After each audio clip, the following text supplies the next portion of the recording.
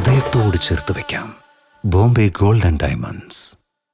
സംസ്ഥാനത്ത് വീണ്ടും സൈബർ തട്ടിപ്പ്. KYC പുതുക്കാനെന്ന വ്യാജേന ഫോണിലേക്ക് വന്ന ലിങ്കിൽ ക്ലിക്ക് ചെയ്ത തിരൂർ സ്വദേശിക്ക് നഷ്ടമായത് 2,71,000 രൂപ. തട്ടിപ്പുകാരെ കണ്ടെത്താൻ സൈബർ പോലീസ് വിശദമായ അന്വേഷണം ആരംഭിച്ചു. ജനുവരി 6 രാവിലെയാണ് തിരൂർ സ്വദേശിക്ക് പണം നഷ്ടമായത്. സംഭവത്തെ തുടർന്ന് സൈബർ ഹെൽപ്പ് ലൈനിൽ പരാതി നൽകിയിരുന്നു. പരാതിയെ തുടർന്ന് സൈബർ ഓപ്പറേഷൻ വിഭാഗം അന്വേഷണം നടത്തുകയും മണിക്കൂറിനുള്ളിൽ പണം തിരിച്ചുപിടിക്കുകയും ചെയ്തു. തട്ടിപ്പുകാരെ കണ്ടെത്താൻ സൈബർ പോലീസ് വിശദമായ അന്വേഷണം ആരംഭിച്ചു.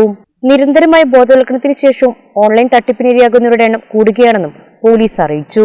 SMS ആയോ ഇമെയിലൂടെയോ വാട്സ്ആപ്പ്, മെസഞ്ചർ, ഇൻസ്റ്റഗ്രാം തുടങ്ങിയ വഴിയോ ലഭിക്കുന്ന സംശയകരമായ സന്ദേശങ്ങൾക്ക് ഒരു കാരണവശാൽ മറുപടി നൽകാനും അതിലെ ലിങ്കുകൾ ക്ലിക്ക് ചെയ്യാനോ പാടില്ല.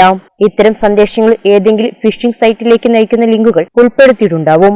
ലിങ്കിൽ ക്ലിക്ക് ചെയ്യുന്നത് വഴി നിങ്ങളുടെ വ്യക്തിഗത വിവരങ്ങൾ തട്ടിപ്പുകാർ കൈക്കലാക്കുന്നുവെന്നും പോലീസ് ചൂണ്ടിക്കാട്ടി.